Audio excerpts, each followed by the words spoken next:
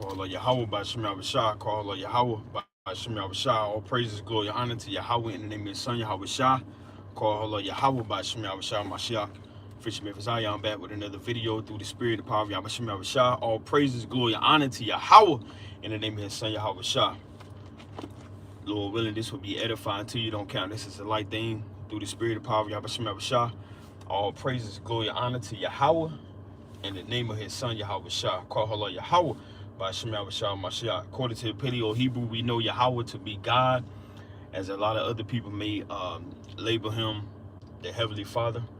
In the name of His Son, Yahweh Shah, who the world understands and know as Jesus the Christ, according to the Paleo Hebrew, our Lord and Savior, Yahweh Shah HaMashiach. Fisherman Fazaya, I'm back with another video. Lord willing, this is edifying to you. Peace and blessings to you. To those striving and enduring in these last days, forsaking the flesh and the cares of this world, to the best of their ability, peace and blessings to you. All households, so-called blacks, Hispanics, and Native Americans, you know, the descendants of Abraham, Isaac, and Jacob. Lord willing, you're enduring. Lord willing, this will be edifying to you through the spirit of power of Yahweh Shema Bashah. I believe I titled this, Hebrew Israelites' prayers being heard. Judgment upon Edom plus martial law is coming. Hebrew Israelites' prayers being heard. Judgment upon Edom plus martial law is coming. So the Israelites are praying, and our prayers are being heard. You know, like the Most High said in St. John 9:31, you know, if you do what the Father commands you to do, He will answer your prayers. You know, as well as in 1 John, you know, the 3rd chapter. You know, the Most High, He continues to allow His angels to do wonders on the earth, and we pray, we ask the Most High for healing, deliverance. You know, we ask the Most High, you know, for comfort. We ask the Most High for all of these spiritual things, because like the Lord said in St. John chapter 2, it's like in St. John chapter 4 verse 24, you know, we got to worship Him in spirit and truth. And the spiritual aspect about being an Israelite, you know, keeping the commandments, being obedient, is that the Most High, He will answer our prayers, you know. So we're gonna open up with a quick precept real quick through the spirit of power of Yahweh Shema Bashah. And judgment is upon Edom, you know. So if you understand what's going on in the earth right now, all hell is breaking loose. You know, you just have, you know, man that got unalive in broad daylight in the University of Utah, you know, giving his speech, you know, on the college campus. And you got other countries, you got all hell breaking loose in these other countries as well, you know, and it's all being controlled and done by the Heavenly Father. Nothing on the face of the earth right now that is not controlled by the Most High. You got angels that run to and fro and do the works of the Most High, you know. So everything that you see and everything that you don't see is being done by the Most High, you know. But before we get into that, you know, I want to get into this real quick. Now, let's get a quick precept. Now, this is the book of Luke. And this is a time right here to pretty much get your spirit on the level where you should have more prayers being sent to the Most High, you know, more examination upon yourself. You know, you shouldn't just be sitting back, you know, drinking and getting drunk and partying, and not saying you can't do these things, but this is a time right here, you know, the Most High is showing you, you know, His judgments. He's showing you that, you know, He's in control. He's showing you, just like the Israelites back in Egypt, they felt like the Most High forgot about them, you know. And what did the Most High do? You know, he showed them all of the mighty plagues. You know, He brought that whole society to collapse. You know, sent the death angel out. You know, sent 10 plagues out. Killed all cattle. You know, took all of the Egyptians' livestock. Took all of their resources. You know, no more herbs. You know, even the water was straight blood. You know. So if you ever wonder if the Most High is real, just look around you. You know, just turn on, you know, these news sites that's being broadcasted in these third world countries, and you will see. And one thing about it, a lot of the mighty men that we read about, they would love to see this day. You know, they would love to see, you know, these nations, you know, getting brought down, judgment being brought upon them. You know, curses being put upon them. You know, our forefathers in the days of old, they prayed for prayers upon these nations. You know, a lot of the prophets seen many kingdoms rising and falling. You know, and they would love to be where we are today. They would love to turn on the news. You know, they would love to hear these podcasts and how these different nations, wicked nations, are being judged. You know, so we're gonna read this right quick. This is the book of Luke, chapter 10, verse 23. Shalom to all saints, so-called blacks, Hispanics, and Native Americans that's tuning in, Lord willing. So this is the book of Luke, chapter 10. And before we get there, it just came upon my spirit. If you are new, you know, the Edomites are the representation according to prophecy and according to many other things in the scriptures. The Edomites will be known as your Caucasians, your Europeans, your Dutches, your French, you know, your Irish and things like that, you know. And the Most High, you know, is judging the nations, you know.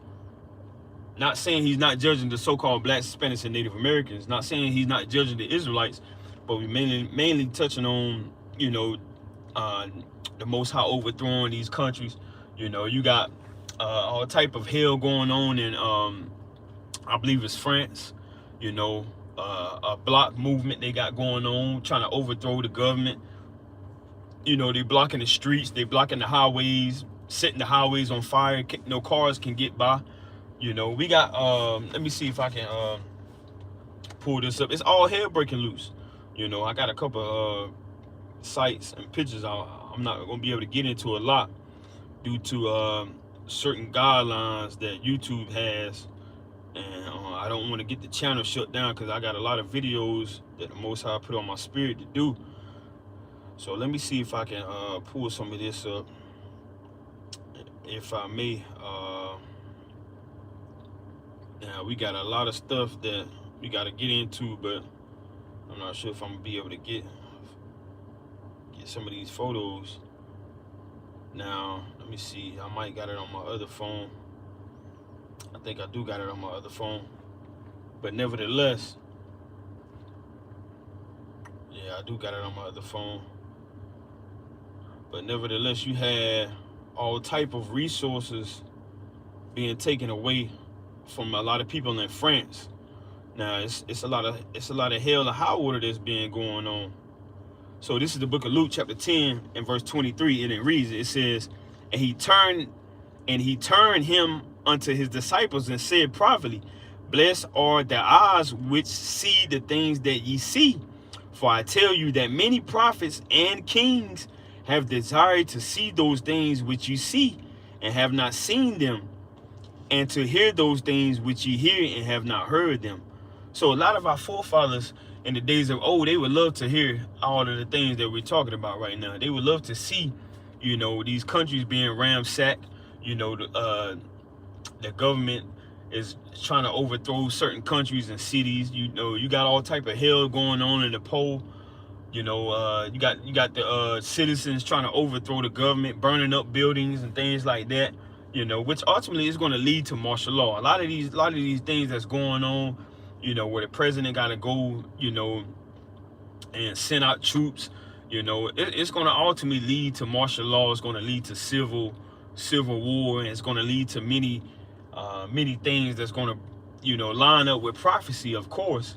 You know, so that's a big reason why we got to continue to push prophecies as well, because a lot of things that you're seeing that's going on, you read it about it in the Bible, you know, and like we just read, you know, and this is mainly speaking to the elect, you know, and the elect represents, you know, King David, Daniel, Zephaniah, Moses, you know, of course, our Lord and Savior, the Messiah, Peter, James, John, you know, these mighty men that the Lord had reserved for himself. You know, you have an election that will always strive for righteousness, that will always forsake the flesh and the cares of this world, that won't give in to the beast, that won't give in to the society, that won't give in to false doctrines. You know, so reading this one more time, this is the book of Luke, chapter 10, verse 24. It says, for I tell you that many prophets and kings have desired to see those things which ye see. And we see, you know, a lot of our resources, you know, aren't coming to this side of the world. You know, you got terrorists, you know, and a lot of things being skyrocketing, you know, gas, food, groceries, all of these things is being, you know, very expensive in this day and age, So a lot of people, they aren't living how they thought they was gonna be living, or they may not be comfortable like they used to be 2 or 3 or 4 or 5 years ago, you know. Which, hey, if your spirit is in line with the Most High, you gonna understand that the Most High is gonna take care of you, whether you have or you don't have. He allow a bird to feed Elijah. King David said, "I've never seen the righteous forsaken." You know, and he said he went all the way of the world and never seen the righteous forsaken. So we got to make sure our spirit is in line and to have confidence in the Most High in these last days, regardless if it's martial law, civil unrest, gun shootouts in your local grocery store or your local park or whatever the case may be. And you just had a man, he just got unalive. Just yesterday, I believe it was around 12. So, hey, it was up to the Most High to not show certain things. I got it on my other phone. I don't want to cut the live off. But, a man named, I forgot his name. I forgot his last name, but a guy named Charlie, who's a young guy. He's in politics. He speaks against, a lot of the things that many of the masses are in agreement with, like same-sex marriages and stuff like that. He speaks out against that. He's for Donald Trump. The guy named Charlie. And I just seen his wife. She tweeted something on the X app. She just tweeted a Bible verse. I believe it was from Psalms. I believe it was some Psalms 40. It might have been Psalms 46. Which a lot of these Edomites, they don't know what's going on. It's like a lot of these Edomites, they just don't. They been lied to as well. They don't understand how the Most High get down. They been lied to. They think they would be able to get into the kingdom of heaven. But a lot of this stuff is, just a way to, try to keep everybody balanced. So let me get this quick precept right quick in the book of Revelation. Now this is the book of Revelation, chapter 8. Hey, because our prayers are being heard, because if you in the spirit, you're gonna be throwing up curses. You're gonna be asking the Most High to judge these nations. You're gonna be asking the Most High to wreak havoc on these nations. Hey, every day I come to work, I'm constantly praying and asking the Most High to jam up, these Edomites, Moabites, Ammonites, Canaanites, Hamites. I'm constantly throwing up curses, constantly. And hey, the Lord answers. The Lord, hey, I've seen many people that I work with, non-Israelites that got jammed up, and I'm constantly praying that the Most High continues to jam up these nations. We just had an Edomite that just quit, a couple weeks ago, because his father-in-law died and his wife died back-to-back weeks. So hey, you can't tell me the Most High ain't hearing my prayers, man. Every day I go to work, I'm throwing up curses. Got Edomites trying to put curses on me. Hey, I'm gonna put curses on them. And what's one thing let me read this real quick, because why not? You got Moab was trying to put curses on the Israelites. You got Moab was trying to put curses on the Israelites. Let me read this right quick in Deuteronomy chapter 32. It's like in Deuteronomy chapter 23. That's why it's important for you to go to the so-called Old Testament, so you can be, in remembrance of what the wicked nations try to do. Now this is Deuteronomy chapter 23, and I'm gonna start at verse. I'm gonna start at verse 4. It's like I'm gonna start at verse 3. Deuteronomy chapter 23 and verse 3, and it says, "An Ammonite or Moabite shall not enter into the congregation of the Lord, even unto their 10th generation shall they not enter into the congregation of the Lord forever, because they met you not with bread and with water in the way when ye came forth out of Egypt, and because they hired against thee Balaam the son of Beor of Pedor of Mesopotamia to curse thee So there you got it. You had Moabites, which is your modern day, if you can understand, if you're new to this truth, those would be your Chinese people. They was throwing up curses on the Israelites, you know. So, hey, how can you say, hey, everybody, you know, is going to get the equal slice of the pie when the Messiah comes to the earth, you know? When, hey, even when you read 1 Peter 4:17, you know, because a lot of people, they would say this guy Charlie that just got shot in his neck yesterday, they would say he's a God-fearing man because he quote precepts, because he can recite verses off the top of the head. Hey, if you know the scriptures, you know Satan, he can quote the Bible too, man. You know, just because you can quote Bible verses, it don't mean nothing. You know, especially if you're not an Israelite. So, hey, it don't matter if you can quote verses and if you're against same-sex marriage and things like that. You know, like, hey, the Lord said in Jeremiah, the 16th chapter, you know, our father has inherited lies, and that's what they're going to be saying. You know, so don't let them, just because they getting crafty and saying they love Jesus and Jesus is their God and all this stuff, these Edomites aren't going to get no salvation. They got to pay for what they've done, man.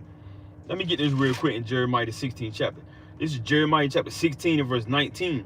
And it reads, it says, "O Lord Yahweh, my strength and my fortress and my refuge in the day of affliction. The Gentiles shall come unto thee from the ends of the earth." Because why? They're going to cleave to the house of Jacob, you know, which is the so-called blacks, Hispanics, and Native Americans. They're going to cleave to the Israelites, you know. Read that in Isaiah chapter 14, you know, as well as, I believe that's Zechariah chapter 8, verse 22, if I'm not mistaken. So Jeremiah chapter 16 and verse 19, it says, "O Lord, my strength and my fortress and my refuge in the day of affliction. The Gentiles shall come unto thee from the ends of the earth and shall say, surely our fathers have inherited lies." Yeah, they've you know, started religion. You know, they the ones that took Christianity and put the white Jesus up there, Caesar Borgia, you know, try to make it so everybody can be on the same foundation, you know, won't be deceived. Try to make it so you really can't see what's going on behind closed doors. You know, they try to make it so, you know, you can easily get deception, you know, brainwashed, thinking everybody's the same. Well, he loves Jesus. He said Jesus is his Lord. Yeah, I'm going to say Jesus is my Lord, you know. So, hey, you know, these Edomites are the ones that started this. You know, they the ones that overthrew all the Gadites, the Reubenites, you know, your so-called Native Americans, your so-called Aztecs, your Mexicans, you know. So how in the world are they going to be on the same lines as getting salvation when they the ones call the shots in this society? This is their heaven. And this is the Israelites' hell, so-called blacks, Hispanics, and Native American. You know, even though we know the Lord is going to judge us too, especially the teachers, you know. That's why it's important to understand the severity and the responsibility of being a teacher, because you can lead somebody astray, or you know, you can bring somebody back to the Most High. You know, and everybody just can't teach, you know. So you got to understand. Now, Jeremiah said again, Jeremiah 16 and 19, "O Lord, my strength and my fortress and my refuge in the day of affliction. The Gentiles shall come unto thee from the ends of the earth and shall say, surely our fathers have inherited lies, vanity, and things wherein there is no profit." It's no profit for a white man, a white woman, and a white baby to accept Yahweh Shah as their Lord and Savior. You know, there's no profit in that. He's not going to redeem them. You can read about that in Matthew 15 to 24. Yahweh Shah said he come for those that are lost. You know, the Edomites destroyed every part of the land that they dwell in. Every single part of the land the Moabites dwell in, they destroyed it. Every single part of the land, you know, the Japanese, as the Ammonites, have stepped their foot in, they've overthrown it, you know. So this isn't just about Edom too. This is about all the other countries as well. The Lord is going to send judgment upon them, you know, and we're going to get it, you know. Hey, it's in Ezekiel, you know, 25. It's in Numbers chapter 33, you know, even in our law. the Most High is going to, give us the green light, so-called Black, Hispanics, and Native American, and give us the sense on how we can maneuver in righteousness and bring these captives, because we're going to have slaves, bring them captives to the kingdom that Messiah is going to build up, So they're going to say, wherein there is no prophet. Verse 20, Jeremiah 16:20. Shall a man make gods unto himself? And what's one thing that the Israelites have done? They've learned the ways of the heathen. They've learned their gods that they created. They learned basketball. They learned football. They learned how to dress like them, as it says in Revelation chapter 18. They have allowed other nations to drink from them as well. They've got all these other nations drunk. Not just only the so-called white man, Chinese man drunk. You got the so-called white man teaching the so-called Japanese and Chinese man how to be like him. So this place is out of course. It's all out of alignment. They done false gods, false religions. They the ones got people thinking that everybody's the same. How in the world can a atheist, have faith? Somebody that's constantly worshiping the spiritual demon Satan. Somebody that's constantly murdering somebody. Somebody that's constantly, killing people, taking their organs, kidnapping women, kidnapping babies, underground tunnels, just putting children underground tunnels. How is that? So Jeremiah 16:21, it says, therefore, behold, I will this once cause them to know. And so the Lord is going to cause them to know that he's the one that is in control, that he's the one. Because you got a lot of white people, that like to make themselves, and when I say a lot of white people, I'm mainly talking about the Edomites, as well as the elites, the Illuminati, the ones that control the money, the ones that control the music industry, the ones that control the movie industry, the entertainment industry. They think they're God. They think they're going to rule forever. They don't think they're going to be brought down.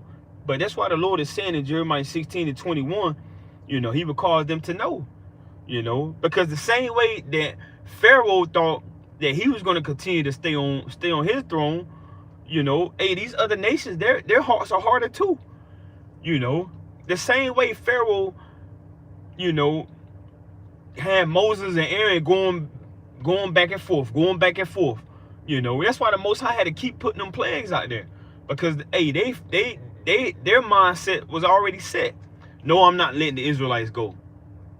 And if you stay joined in hand with these devils, they're gonna keep you in slavery forever. That's why the Most High got to bring this place down. Because that's why the Lord allowed Pharaoh's heart to be hardened, because like it says in Romans, that this book is written for our learning. You need to learn from the days of old. You need to learn how Pharaoh was so stuck in his own ways that he did not want the Israelites to go. He wanted them to die. Build up his treasure cities, and after they got them treasure cities up, he didn't care about us. He didn't care about our ancestors. He didn't care about our forefathers. It was gonna build them pyramids until we all wiped out. Next generation come in, build them pyramids, and we all wiped out. Next generation come in, build them pyramids till we all wiped out. A lot of people, they gotta go back to Exodus and read, and that's how Esau is. That's how Moab is. That's how Ammon is. Hard-hearted, So the Lord said, Jeremiah 16:21, it says, therefore, behold, I will this once cause them to know. I will cause them to know my hand and my might. And that's the same thing that the Lord had to do, when Moses was going before Pharaoh, when Aaron was going before Pharaoh, and they was, going back and forth. The Most High show his might, and they try to pull out some witchcraft. They try to pull out some sorcery. They try to pull out some magic tricks, and that's the same way this society do. They got drones. They got the internet. They got the cell phones. They got Wi-Fi. You know, they got electrical cars. You know, they got elevators. You know, they got cars that drive themselves. So it's no different than how Egypt was. You know, why you think they got a pyramid on American currency? You know, why you think they got eagles all on their flags and on their presidential buildings and their government buildings? Why you think they got a serpent in the brass at the hospital, on the hospital sign? You know, they try to mimic the Most High because they think they are the Most High. But the Most High going to show them who he is. That's why he said, I will cause them to know my hand and my might, and they shall know that my name is the Lord Yahweh. And in his name, it's not just his name Yahweh, by Hashem Yahweh Shah, in the name of his son Yahweh Shah. And his name is jealousy, man. You know, you touch the Israelites, hey, you got something coming for you, man. You know, you supposed to only punish the Israelites, man. Put them in time out, but you went overboard. You broke the Negro, man.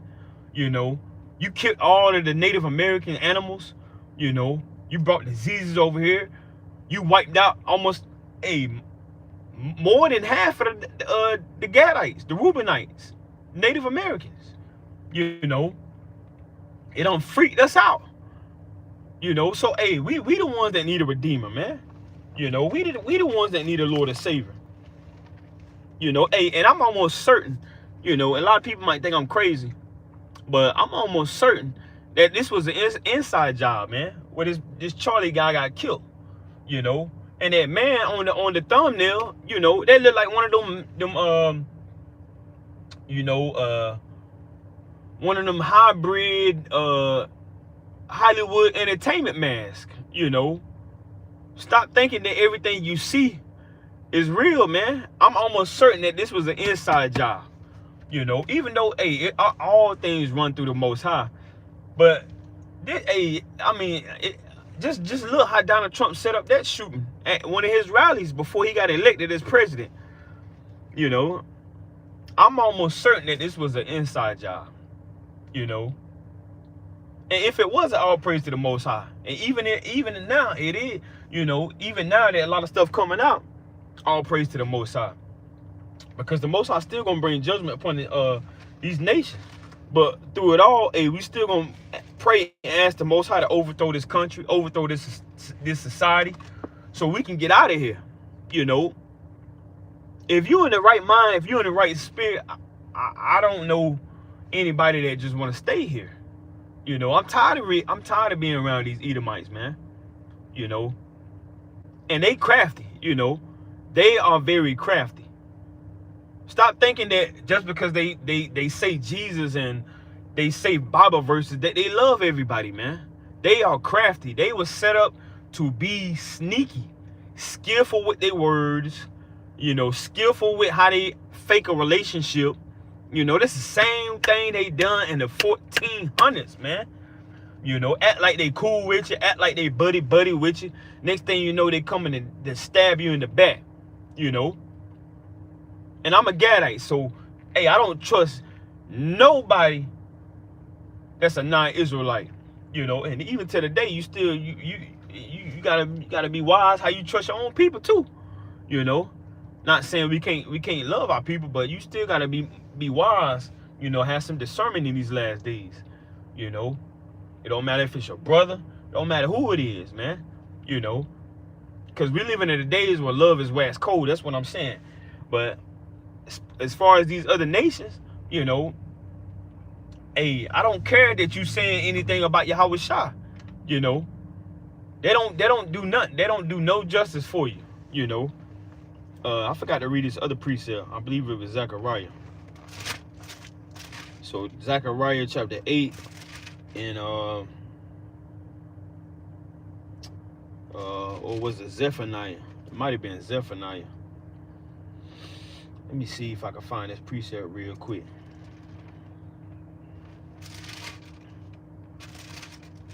I think it was Zechariah. So like, let me find this precept.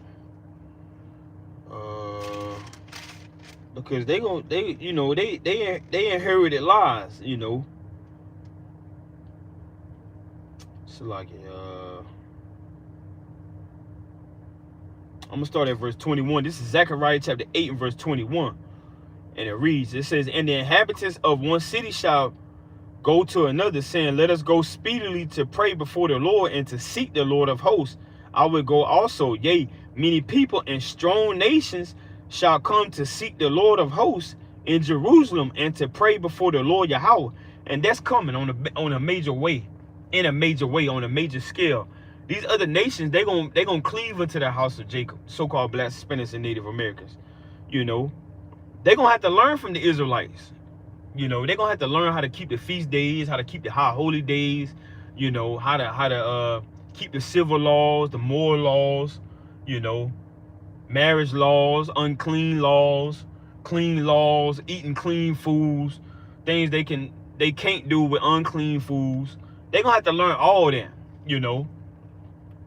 Verse 23, Zechariah 8 and 23, it says, thus saith the Lord of hosts, in those days it shall come to pass that 10 men shall take hold out of all languages of the nations, even shall take hold of the skirt of him that is a Jew. And that's the so-called Negro, you know. Judah, Benjamin, and Levi, you know, West Indian, a Haitian, and a Negro man, if you can understand. Take hold of the skirt of him that is a Jew, saying, we will go with you, for we have heard that Most High God is with you. And they're going to hear that the Lord is with us in these last days, man. And not just in these last days, but the days to come. They're going to hear that the Israelites are the true, you know, the true gods on the earth, you know. According to Psalms 82, you know, that we are gods as well. You know, the angels are gods, the Israelite man, woman, and child is gods. And then you got the Most High God. You know, that's why he said he's the King of Kings and Lord of Lords. You know. So we constantly throwing up prayers, man, asking the Most High to judge these Edomites. Now, this is Revelation chapter 8. And I'm going to start at verse 1, and it reads. It says, Revelation 8 and 1.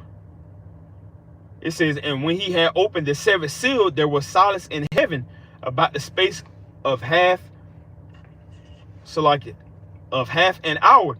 And I saw the 7 angels which stood before Most High God, and to them were given 7 trumpets.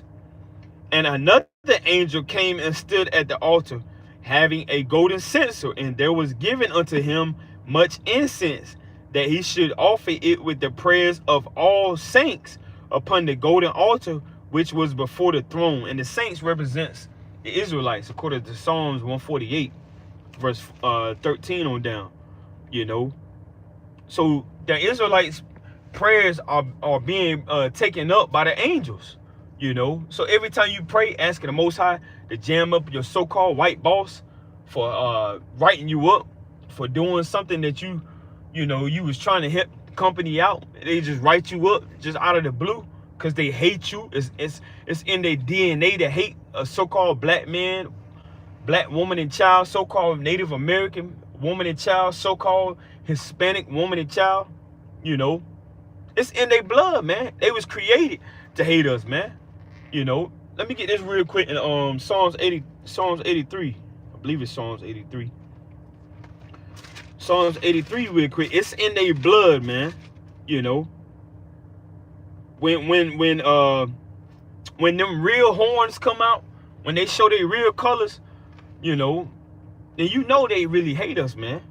You know, they just try to use that front face of saying Jesus and Jesus Christ and God loves everybody. They just try to use that, you know, to try to get us to forget about the old days, man. We're not forgetting about the old days, you know. The Edomites, so-called whites, Japanese, Chinese, the real Africans, they hate us. And this chapter shows you. Now, this is Psalm chapter 83.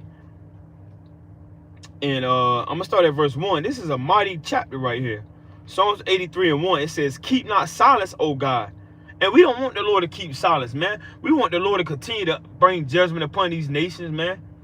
You know, the same way they was hanging and lynching us, burning us alive, you know, beating us day and night, you know, breaking our teeth to force us to eat, because we it was so bad. You had a black, Hispanic, and Native American man, woman, and child and family whooped to die. Back in the 1600s, 1500s, the 1400s, all the way, to the time, the Syrians taking us in captivity, man. We was wanting to die instead of being under them, man. Instead of being in oppression. So, I mean, what are we talking about? No, we're not forgetting about the days of old, man. The prophets and the kings will love to see these times that we're in right now. And if you're in the right mind, if you're in the right spirit, you got to constantly be throwing up these curses. Got to constantly be throwing up these curses.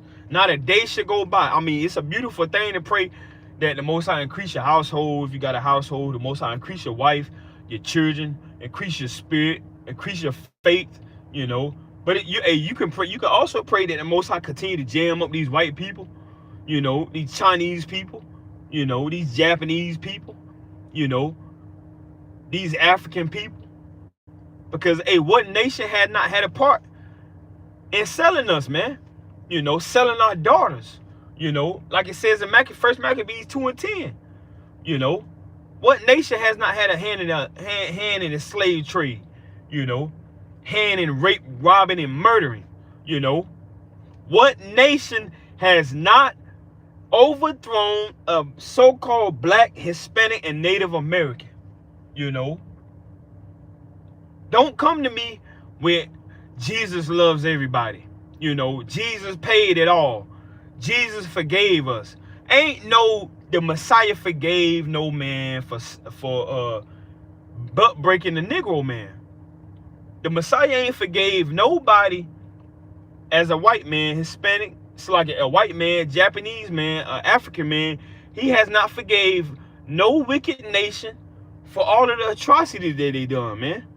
It's still embedded in us. As soon as we have a child, our child come out fearing for their life.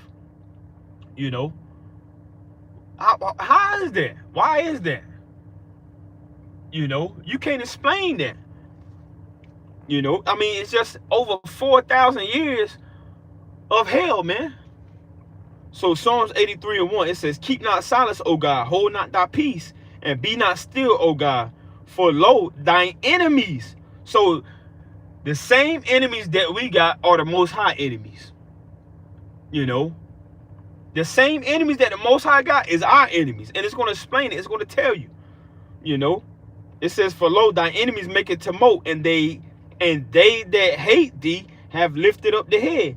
They have taken crafty counsel. So when you hear a white person say, Jesus forgave us for slavery, why are you still talking about slavery? Why are you still talking about the 1600s? That's a crafty counsel right there. Straight off the rip. When you see a Japanese man trying to cleave unto some type of religion to try to escape his judgment, that's all it is. They're trying to escape their judgment by cleaving and saying they're a Christian, or saying they're this religion, or saying they're that religion. That's all it is. It's crafty counsel. Psalms 83:3. They have taken crafty counsel against thy people, and consulted against thy hidden ones. They have said, come and let us cut them off from being a nation, that the name of Israel may be no more in remembrance. So they don't even want us to remember the days of old. They don't want us to remember nothing from the 1900s, the early 1900s, way before the 60s, way before the Jim Crow era, the Willie Lynch era, they don't want us to remember none of that. That's why you don't even got any of these teachers in school anymore. They done brainwash us with sports, video games, Jordans, Nikes. That's why they take our own people and give our own people millions of dollars to be entertainers and rappers and celebrities, DC Young Flies, Jay-Z's, LeBron's, and Cardi B's and Megan Thee Stallions. That's why they do that, to try to take crafty counsel upon us, to get us to overthrow ourselves, to get us to overthrow our intelligence. Say, hold on, man. Hey, look, did we? Whites over here, blacks over here. Hold on, didn't they? The noose, hold on, didn't they? Hit the nigga baby. Hold on now. We killing each other now, but didn't they used to, Hey, now they got all type of crafty counsel going on. Niggas is becoming fools and don't even see what's really behind the closed doors. So they said, Psalms 83:4, they have said, come and let us cut them off from being a nation, that the name of Israel may be no more in remembrance. For they have consulted together with one consent. They are confederate against thee. And just because they try to ban that Confederate flag, that don't mean nothing, man. Look, we still see it in the South. We still see these rednecks riding around with their Confederate flags on their trucks, their big wheel trucks. You go to one of these Edomite country diners, you see how they really love you, man. They don't care nothing about you saying Jesus. They show their real colors when you go to one of them country diners in the South. Hey, go down there, the Spivey's Corner. You really gonna see how them white people get up, man. Go to one of them all white schools, man. As a Negro, you really gonna see how they feel about you. Hey, go down there to one of them Mississippi and Alabama countries. You might not come back. You might get missing. It says they are confederate against thee. It says the tabernacles of Edom. Who is that? Those would be your so-called white people. And the Ishmaelites. Who is that? Those are your Arabs. Moab. Who is that? That's the Chinese. The Hagarenes. That's a tribe of Africans. The Canaanites. Gabals. Those are the Canaanites as well. And Ammon. Those are your Japanese. And Amalek. And those are the ones that fund the music industry. Those are the ones that got your Wells Fargos and your Chase Banks. They controlling all of the money, the resources coming in and out. So these are your wicked nations. That had a hand in the slave trade movement. Your Rothschilds, your Rockefellers. Those are your Amaleks, your Amalekites. Let me I believe I wanted Psalms 137 too. So let me get this in Psalms 137. Try to stay on task before we get all over the place. Now this is Psalm chapter 137. And I'm gonna start at verse. Man, this whole thing is beautiful. I'm gonna start at verse. Let me see. I don't want to read this whole thing. Matter of fact, I'm gonna just get Psalms 139. This is the book of Psalms, chapter 139, and I'm gonna start at verse 21. It says, "Do not I hate them, O Lord, that hate thee?" So why is King David saying he hates somebody? I thought King David was after the Lord. The man that the Lord held on the high regards as after his mind. Didn't the Lord say he was going to take the kingdom from Saul because he found a man that was after his heart? Let me get this real quick, and I believe it's 1 Samuel chapter 13. 1 Samuel chapter 13, and this is 1 Samuel chapter 13, and I'm gonna start at verse 14. Why did King David say he hates somebody if the Lord said he found a man that was after his heart? If you a man that's after the Lord's heart, wouldn't you be a righteous man? Wouldn't you be a man that's held on the high standard? Where the Lord didn't find no fault in you. So this is 1 Samuel chapter 13, and I'm going to start at verse 13, and it reads, it says, and Samuel said to Saul, thou hast done foolishly. Thou hast not kept the commandment of the Lord thy God, which he commanded thee. For now would the Lord have established thy kingdom upon Israel forever. But now thy kingdom shall not continue. The Lord has sought him a man after his own heart. And that's heavy right there. What did the Lord say to you? Hey, he found a man that was after him. You know, you have to be on point. You know, you would have to keep the commandments. You would have to have faith. You know, you would have to be moving in the spirit. You know, but hey, King David said, don't he hate somebody that hate the Lord? But let's finish this though. 1 Samuel 13 and 14, it says, but now thy kingdom shall not continue. The Lord has sought him a man after his own heart, and the Lord had commanded him to be captain over his people, because thou hast not kept that which the Lord commanded thee. Hey, so that's something that the Lord held on the high regards. So let's see if King David is wrong for hate. Because hey, the Lord just said he's a man after his heart. So Psalms 139, and let's go back to 21. Psalms 139 to 21, and it reads, it says, do not I hate them, O Lord, that hate thee, and am not I grieved with those that rise up against thee? Somebody rising up against God's people. You know, somebody's rising up against the Most High at that. You know, mocking the Most High. You know, speaking blaspheme of the Most High. You know, speaking blasphemous things. You know, mocking the Most High. You know, who could be so wicked to do that?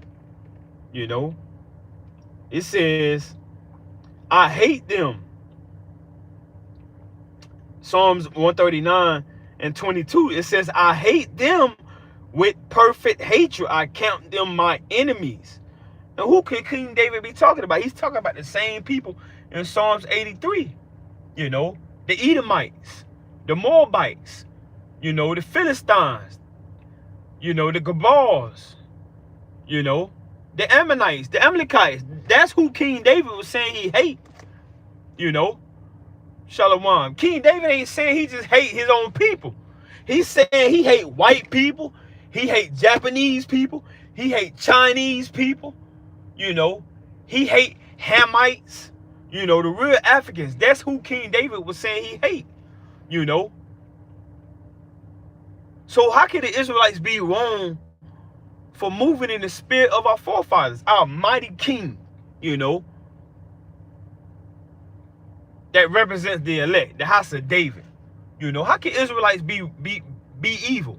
How can we be speaking hate when all we doing is just following the Bible, following the Most High, following our bloodline, you know, following our heritage, you know, following our ancestors, you know, following righteousness? King David, last time I checked, was a righteous man. You know, King David, the last time I checked, was killing white people. King David, the last time I checked, was killing Philistines. You know, the real Africans. King David, the last time I checked, was anointed by the Most High, Yahweh by Hashem Yahushua. King David, the last time I checked, you know, is going to be in the kingdom of heaven under the Most High, Yahweh, as well as his son, Yahushua, you know. And that's where I want to be. You know, what you as a Negro man, Hispanic, or Native American, Israelite, wouldn't you want to be there as well? You know. I mean, why not?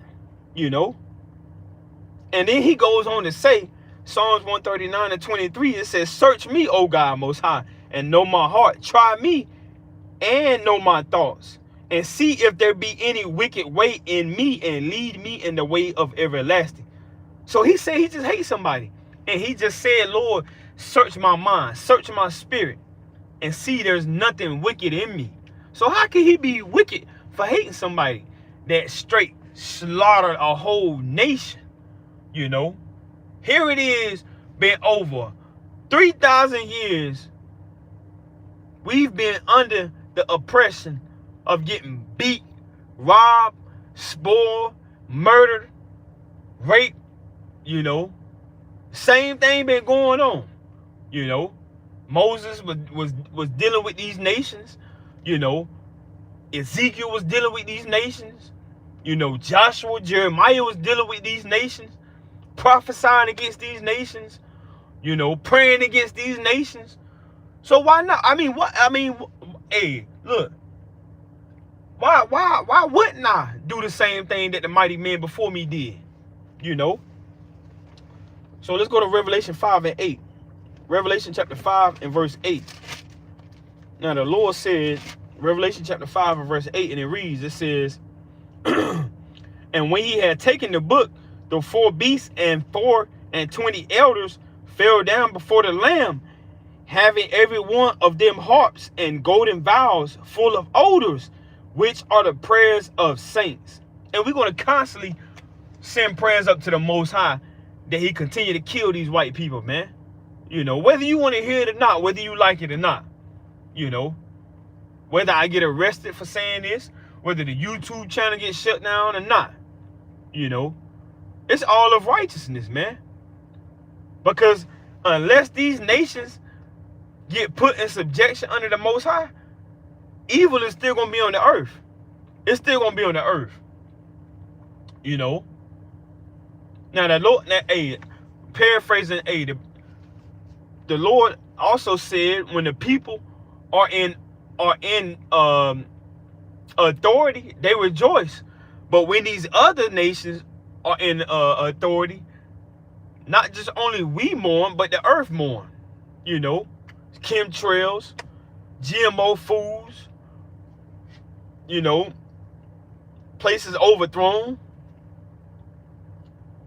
straight death in every city, you know, missing women in every city, missing little children in every city, Amber Alerts going off. So as long as these wicked nations are in rulership, it's gonna be hell, man.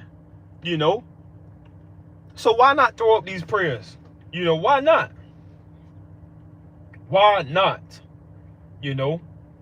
And the nations, they were supposed to just only punish the Israelites. But they went overboard, man. They just fully went overboard. Now this is Psalms chapter 17 and verse 13, and it reads, it says, arise, O Lord Yahweh, disappoint him, cast him down, deliver my soul from the wicked, which is thy sword.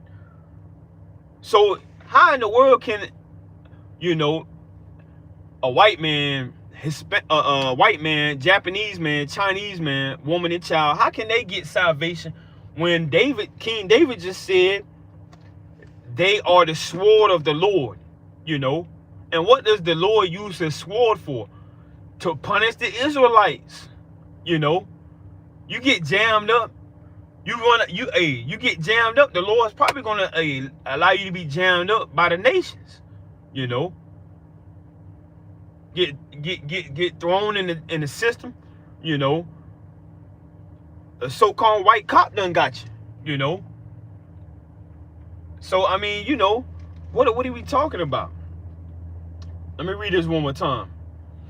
It says Psalm 17 and 13. It says, arise, O Lord, disappoint him, cast him down, deliver my soul from the wicked, which is thy sword, you know. So the Lord uses these nations to punish the Israelites. And how did he do that? Let's go to the book of Deuteronomy. The book of Deuteronomy, chapter 28. And I want to start at verse 25. And it reads, you know, it really can start up a little bit more, but I'm going to just keep it brief. Deuteronomy 28 and 25. And it reads, it says, the Lord Yahweh shall cause thee to be smitten before thy enemies. And this is due to rebellion, due to idolatry, you know, due to, you know, just being downright foolish before the Most High. So he uses these other nations to punish the Israelites, you know. And every day you see a white man kind of, you know, living good, that should vex you. You know, here you are as an Israelite, so-called Black, Hispanic, and Native American. Don't matter if you're a woman or a child. Here you are, jammed up, living paycheck to paycheck, you know. But hey, your neighbor, hey, he can stay out of work, go on his yacht, you know, fly across country. You miss a day of work, hey, your whole life is wiped out, man. You know, your light bill, you know, turkey sandwiches, you know, flat tires, you know, one paycheck, hey, it's a wrap, you know. So every time you see a white person or a Japanese person or a Chinese person, you know, that should vex you. And why is that? Because the Lord set these curses upon the Israelites, man. You know? And the Lord used them to punish the Israelites. It's all due to the curses. You know? Due to straying away from the Most High. Turning your back against the Most High. You know?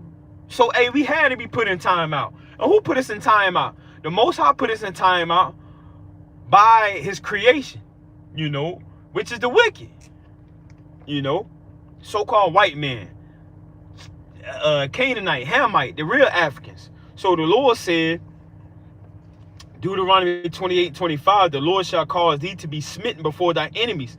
Thou shalt go out one way against them and flee several ways before them, and shalt be removed into all the kingdoms of the earth. And so what does that sound like? You know, you all over the place. You got Israelites in Hades. You got Israelites in Mexico. You got Israelites in Texas. You got Israelites in Ghana. You got Israelites all across the face of the earth. You know. And the Lord used the white man, used the Chinese man, used the Japanese man, used the Jewish man to overthrow the Israelites. You know, because the Israelites was rebellious. You know, the Israelites was moving, you know, serving other guys. So let's get a couple more. Now, I want to go down to verse 29, Deuteronomy 28:29, and it says, and thou shalt grope at noonday as the blind groping in darkness. So you might not even know your way.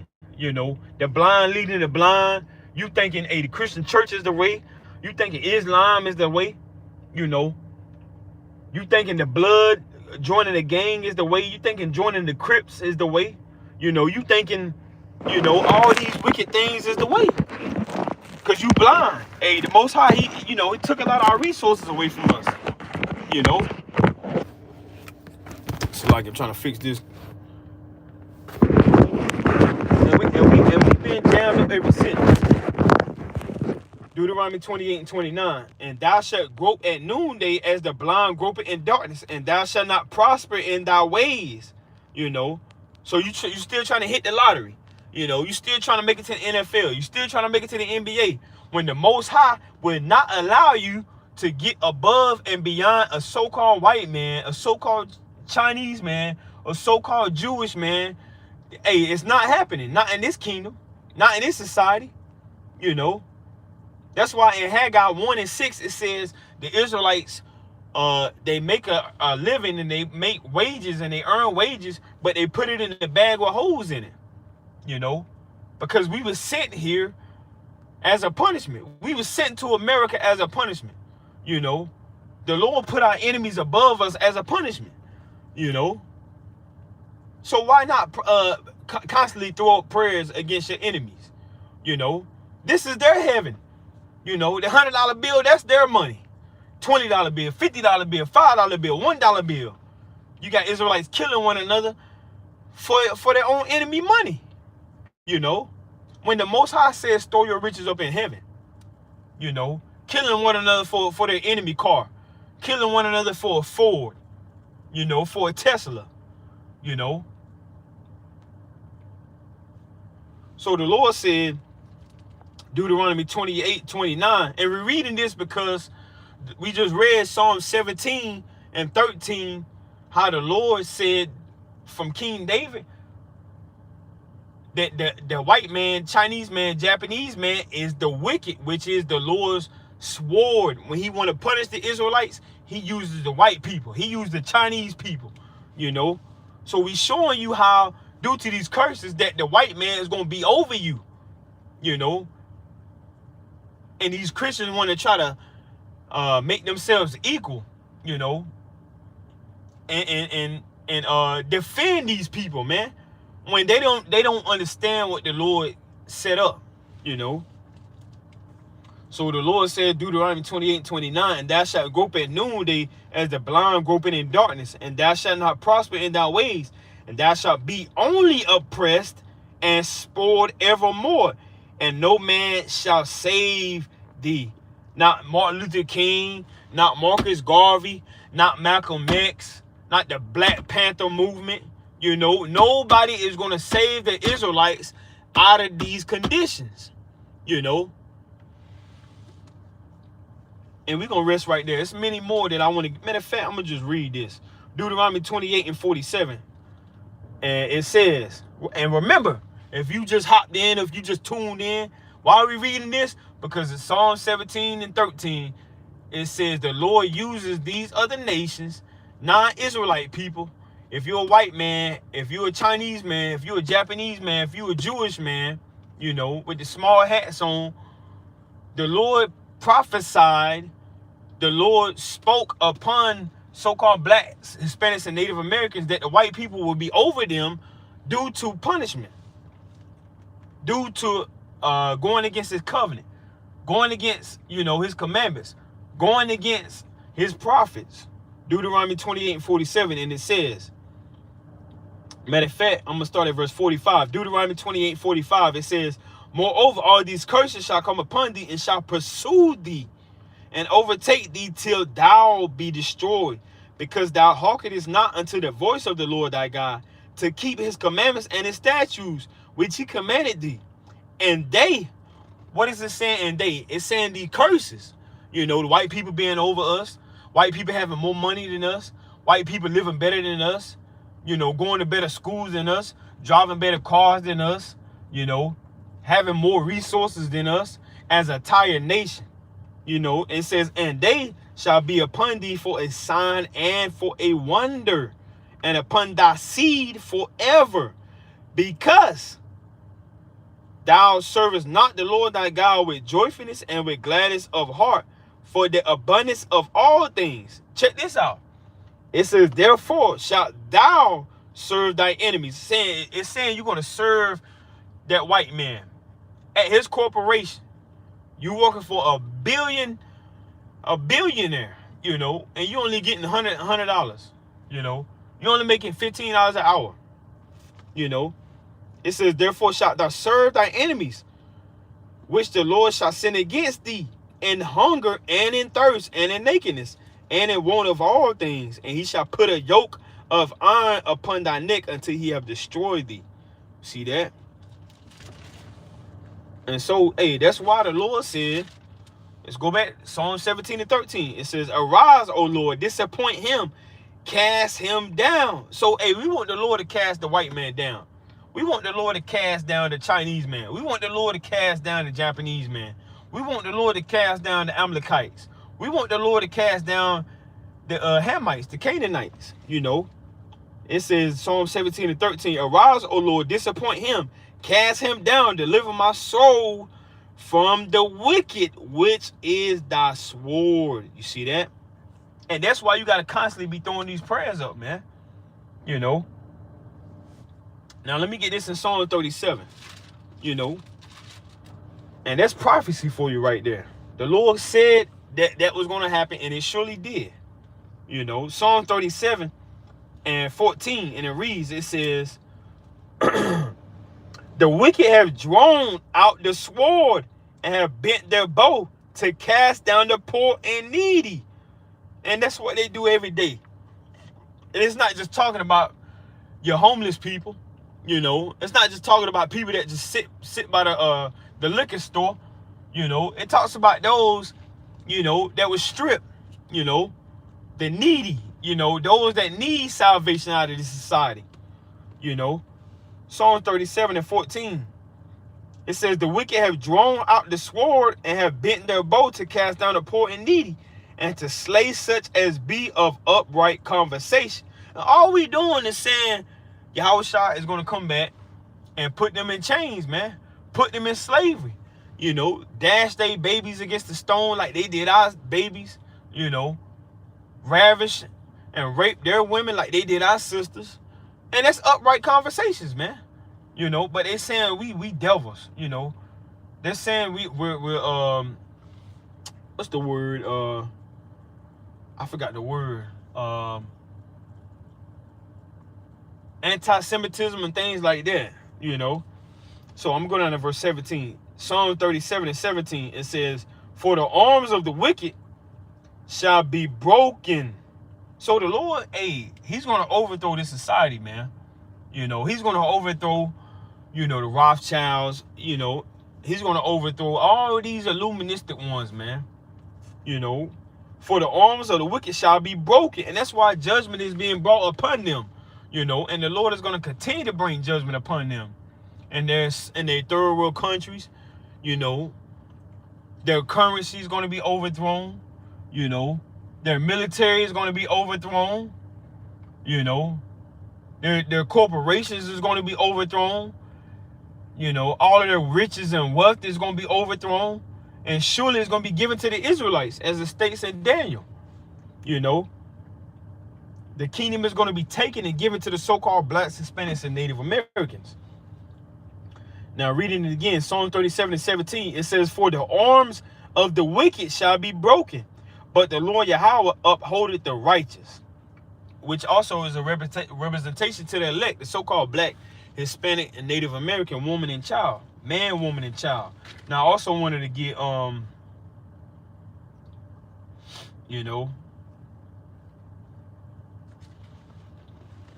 also wanted to get Psalm 37. Let's go to the book of Psalm chapter 37.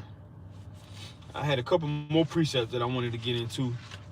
This is Psalm 37, and so like it's Psalm 36. And these are righteous curses you can put on your enemies, man. Your boss man, human resources, your neighbor, those that cuss you out at the stoplight, those that have road rage with you, Hey, you don't always gotta know their name. You don't always gotta know Tim's last name. You don't gotta know Susie last name. Just let the Most High know. Just talk to the Most High. Just like you talk to your woman. Like you talk to your child. Like you talk to your best friend. Talk to the Most High. So this is Sirach and the Apocrypha, and we always like to recommend. You never know who could be new to the truth. Like we always recommend, get you Apocrypha. First Edges all the way to Second Maccabees. We're gonna read Sirach chapter 36, which is Ecclesiastes chapter 36 in the Apocrypha, if you can understand. And this is a curse that our forefathers put upon the nations. Now this is we're gonna start at chapter 1. We're not gonna read this whole thing, but this is a beautiful chapter that you can pray. If not pray every day, try to pray every other day, every 3 days, or once a week or something. But me in my house, we're gonna throw up curses every day on these nations, man. So this is Sirach chapter 36. It says, have mercy upon us, O Lord, Yahweh B'Shem Yahushua, Most High God of all, and behold us, and send thy fear upon all the nations that seek not after thee. Well, who are the nations that don't seek after the Most High? Now, I already got it written down for you, so I'm going to call it out. It's 18 nations on the face of the earth, but I'm going to call it out for you, for those that may be new. So it just said, Lord, jam up those that aren't Israelites. And we talking about Ishmael, we talking about the Kurds, we talking about Moab, we talking about Elam, the East Indians, we talking about Mizraim, which are the Egyptians. We talking about Cush, which are your Ethiopians, and you can read mainly about these in Genesis chapter 10, First Chronicles, We talking about Gomer, which are your Frenches. We talking about Ashkenaz, which are your Germans. We talking about Javan, which are your Greeks. We talking about Kittim, which are your Italians. We talking about Ammon, which are your Japanese. We talking about Put, which are your North Africans. We talking about Aram, so lucky for pronunciation, which are your Syrians. We talking about Magog, which are your Russians. We talking about Canaan, which are your South Africans. We talking about Tarshish, which are your Spaniards, those that overthrown the Aztecs, man, the so-called Mexicans. We talking about Edom, which are your Caucasians and your Europeans, man, which are your so-called Hispanic, Native American, and Negroes' #1 enemy, man. And we don't care what y'all try to do in these last days. Y'all can shut the YouTube down, man. Y'all, hey, you can't stop us from going on the highways and byways. Fishermen of Zion, we ain't never had a priority towards the internet, man. Hey, look, we don't care about doing lives. The only reason why we doing this because we got to be instant in season and out of season preaching the word, man. So you can shut this channel down, man. If it be the Most High will, we're going to put another channel up. And we talking about all you so-called white people, man. We hope and pray the Lord continue to kill all of y'all, man. But we know, hey, look, we got to have slaves, So we got to humble down. We got to be wise. Because we going to need some slaves, Just like you had me and my forefathers and my ancestors on some chains. Like we some Rottweilers and pit bulls, man. So, hey, look, we talking about all you wicked nations. We constantly throwing up curses, man. And we about to read this right now. And, hey, if you an Israelite, hey, follow along. Because you should be in the spirit, man. It's a beautiful day in America, man. All hell is breaking loose. White people dying. White people crying. White people seeking for justice from the Most High. But they ain't going to get it. How you going to get your justice? So-called blacks, Hispanics, and Native Americans ain't got their justice, man. Here we are scoffing for a loaf of bread, for some milk and some eggs, when y'all got all the riches and wealth, man.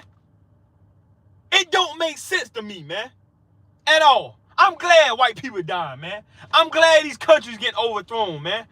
All praise to Yahweh by Shem Yahushua, man. I'm ready to get up out of here, man. Hey, Pharaoh, let my people go. Donald Trump, let the Israelites go. But we know they hardened, man. They heart is hardened. They ain't gonna do that. Hey, we need them missiles to come. That's why I gotta make sure I'm ready. Make sure I'm keeping the commandments. Make sure I got my house in order. Make sure, hey, I'm fasting. Make sure I'm praying. Get ready for the Day of Atonement. Get ready for the memorial blowing of the trumpets. Get ready for Feast of Tabernacles. Get my wife in order, get my children in order, loving my brothers, praying for my brothers, praying for other congregations, praying for, hey, look, if you an Israelite, man, peace and blessing to you. All praise to you, how about Shem Yahushua, man. Keep enduring, because the Lord is answering your prayers, man. So this is Sirach 36. Hey, I'm getting excited, man. I'm in the spirit. So this is Sirach chapter 36 and verse 1. It says, have mercy upon us, O Lord, Yahweh Shem Yahushua, Most High God of all, and behold us, and send thy fear upon all the nations that seek not after thee. Lift up thy hand against the strange nations. And we just listed them. We just read it. The strange nations. And you white people strange, man. How in the world the Lord gonna save y'all? And y'all ain't even got repaid for what y'all done in 1619. But that's another topic for another day, Lord willing. And it says, let them see thy power as thou was sanctified in us before them. So be thou magnified among them before us, and let them know thee as we have known thee, that there is no Most High God, but only thou, O Most High God. Check this out. It says, shew new signs. And then we just have a blood moon. That's a sign. You got earthquakes. That's a sign. Famine is coming. That's gonna be another sign. You got, hey, your low level blacks, Hispanics, and Native Americans are prophesying that this place is gonna be brought down, and still prophesying that this place is gonna be brought down. That's another sign. How many more signs, hey, y'all need, man? But we understand, hey, a lot of things y'all can't understand, because y'all don't have the spirit of prophecy. Y'all don't have the testimony of the Lord, So Sirach 36:5, it says, and let them know thee as we have known thee, that there is no most high God, but only thou, O most high God. Shew new signs and make other strange wonders. Glorify thy hand and thy right arm, that they may set forth thy wondrous works. It says, raise up indignation and pour out wrath. Take away the adversary and destroy the enemy. And that's a prayer, and this is a prayer right here, you know. So you got to constantly be praying that the Most High destroy the enemy, man. You got to constantly be praying that, you know. You got to constantly be praying that, man. You know, destroy the enemy. So, hey, why wouldn't you pray and ask the Lord to throw up, you know, overthrow this society, man? You know. So before we get in martial law, I'm going to read this real quick. This is Ezekiel chapter 25. Ezekiel chapter 25, and we're going to start at verse 14. Ezekiel chapter 25 and verse 14, and it reads, it says, matter of fact, I'm going to start at verse 12. Man, this whole thing is mighty. Man. I'm going to start at verse 11.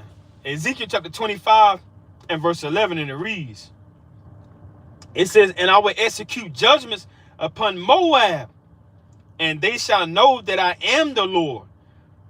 Thus said the Lord Most High Yahweh B'Shem Yahushai, because that Edom had dealt against the house of Judah. Those are your, you know, your real Jews, your Negroes, you know. It says, thus said the Lord Yahweh B'Shem Yahushai Most High God, because that Edom had dealt against the house of Judah by taking vengeance, and had greatly offended and revenged himself upon them. So Esau went overboard, man. He was only supposed to bring us into oppression, you know, bring us low. But he went overboard, man, totally overboard. But breaking the Negroes, that's overboard, man. You know, lynching and hanging and things like that. You know, taking our organs. You know, that's overboard, man. That's satanic right there, man. Ezekiel chapter 25 and 13, it says, therefore, thus said the Lord, Yahweh B'Shem Yahushai Most High God, I will also stretch out my hand. And this is a prophecy, man. This is a prophecy that is coming on the earth. So judgment is coming upon Edom. Best believe it. It says, therefore, thus said the Lord, Yahweh B'Shem Yahushai Most High God, I will also stretch out my hand upon Edom, and will cut off man and beast from it.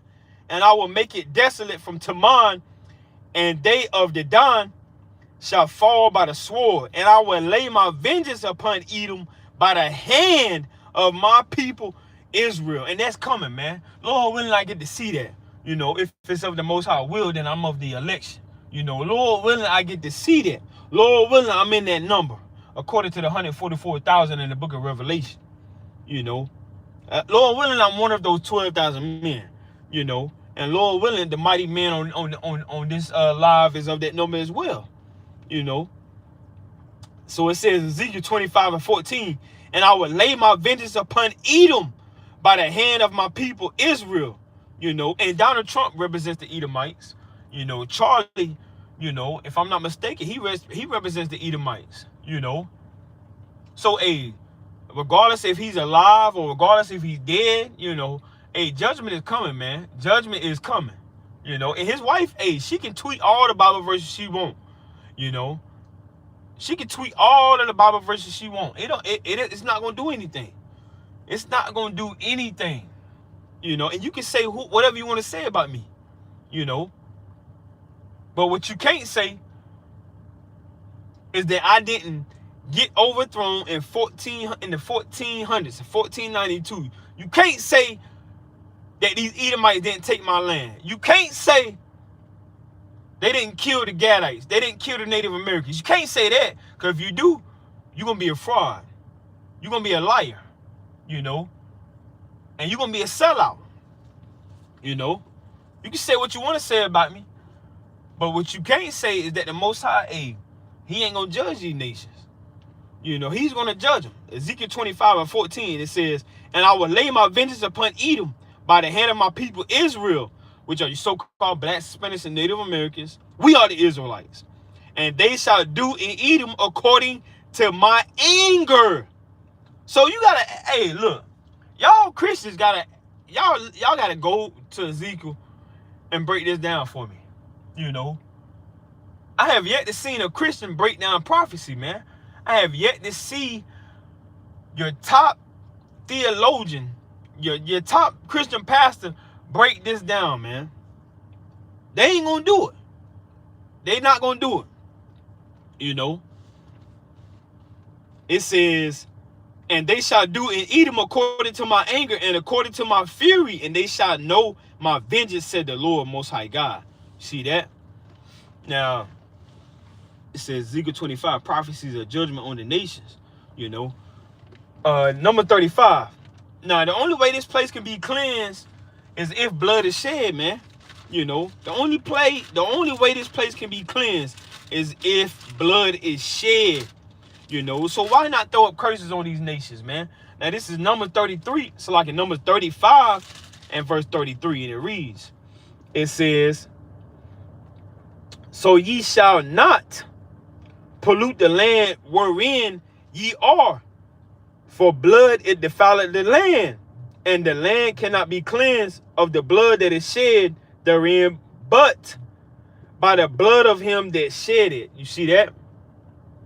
So the only way this place can be cleansed is if these nations get judged, if these nations die, if these nations get ravished. You know, that's the only way. That's the only way. You know, because blood defiles the land, man. What about the Trail of Tears?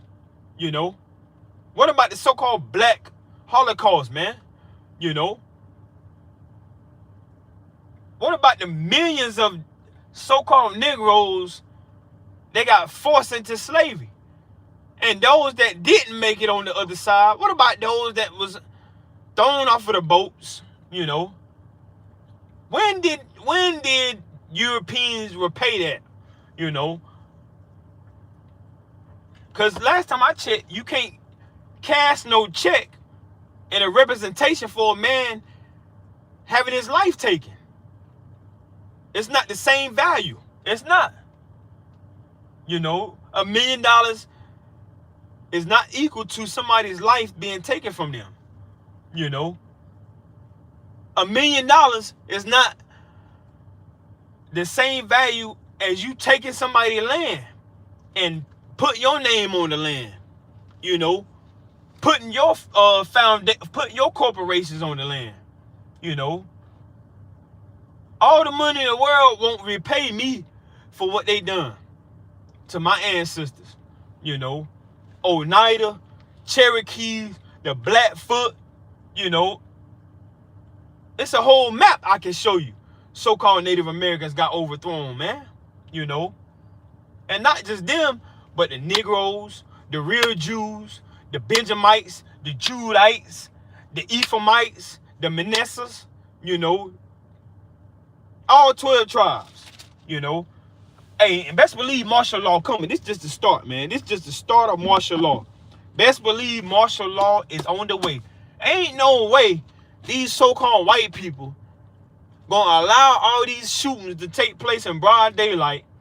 And you got DC, you got all hell going on in DC. Trump talking about he cleaning up the streets. The streets ain't been this clean, you know. And you just had a so-called black man stabbed a woman to death, a Ukrainian woman to death on the train, man. You know, a day and a half ago, 2 days ago, you know. So best believe martial law is on the way, man, which is also a representation of Jacob's trouble. You know, so let me get this real quick. Martial law is coming. Best believe that. You know, and is this something we should be fearing for? You know, and if you're new to this, if you're new to the truth, the Most High's truth, you know, if you're new to the truth, you gotta, you might be wondering, what is martial law? So, for a summarized understanding of martial law, you know, we're just gonna read it. It is a temporary state where the military, not civilian authorities, exercises governmental power and enforces laws during an emergency, such as war or civil unrest, when civilian courts are unable to function. And a lot of this is going to take place pretty soon, man. It's already going on in France. It's already going on in the pole, you know, and it's coming to a city near you. Best believe that, as prophesied from the holy prophets, you know, which the Most High allowed the prophets to see his visions and what's going to come to the earth before it actually come to the earth, you know. So the Lord, a lot of things is going to be done, man, you know. And is it something that we should be afraid of? If you in his spirit, you got to continue to trust and believe the Most High. He's going to protect you. Now, let me get this in Psalms real quick. You know, no so-called black, Hispanic, and Native American should be afraid of martial law, Jacob's trouble, famine, unless you're not in the spirit, unless you're not doing what you're supposed to be doing. Hey, just, you know, endure, continue to have faith, hope in the Most High for salvation. You keep the commandments, and the Lord, he's going to protect you. You know, and if you are of the elect, you definitely very well going to be protected. Now, this is Psalms 91 and verse 1. Before we get into martial law, it says, he that dwelleth in the secret place of the Most High shall abide under the shadow of the Almighty. I will say of the Lord Yahweh, he is my refuge and my fortress, my Most High God. In him will I trust. Surely he shall deliver me from the snare of the fowler and from the noisome pestilence. He shall cover thee with his feathers. Under his wings shalt thou trust. So you got to trust in the Most High when these times creep upon the earth. And it's already on the earth. It's just on a small, minuscule scale. You know. He shall cover thee with his feathers, and under his wings shalt thou trust. His truth shall be thy shield and buckler. You know, so you got a lot of Most High's truth, you know, to protect you, you know. But you got a lot of people that hate camps. You got a lot of people that hate, you know, the doctrine we teach, you know. Got a lot of people that hate how we talk, how we walk, how we carry ourselves, you know. Which, if that's the case, hey, you're not moving in the spirit of how the Most High commands you to move as an Israelite. You know, it says, thou shalt not be afraid for the terror by night, nor for the arrow that fly by day. So you got to know that the Most High is going to protect you, you know. And this is a time right now you should be praying for more faith. You should be asking the Most High to increase your faith as the days draw by, you know. As it says in James 4 and 8, you know, draw nigh unto the Most High and he will draw nigh unto you. You know, but you got a lot of men, women that's going to draw closer to the flesh. And, you know, they're going to stray away from the Most High. Which is going to be a terrible day for you when the Lord come back. You know. It says, Psalms 91 and 6, nor the pestilence that walketh in the darkness, nor the destruction that wasted at noonday. 1,000 shall fall at thy side, and 10,000 at thy right hand, but it shall not come nigh thee. And it's not going to come nigh the elect. You know, it's not going to come nigh to those that's already preserved and reserved for redemption. You know. So that's something that should be on your mind. Now, let's go to Jeremiah real quick. Let's go to Jeremiah chapter 30. Hey, because this is going to be a time period where all hell is going to be on the earth, man. You know, and these are things you should be meditating upon. Jeremiah, I'm going to start at verse, Jeremiah chapter 30, and I'm going to start at verse 5. It says, for thus saith the Lord, we have heard a voice of trembling, of fear, and not of peace. Now, is your flesh going to be afraid? Of course, your spirit is going to be against your flesh. And your flesh is going to be against your spirit. That's why you got to take advantage of this grace and the mercy of the Most High to increase your spirit.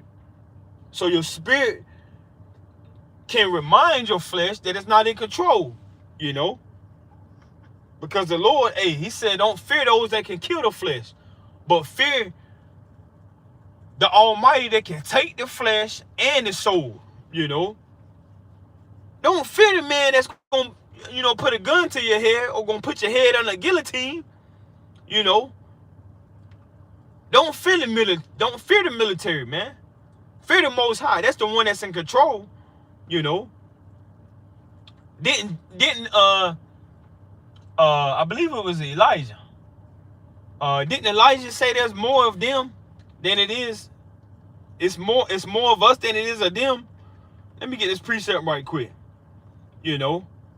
Don't fear the military when they come and try to jam us up, try to take us off the corners, try to stop us from teaching.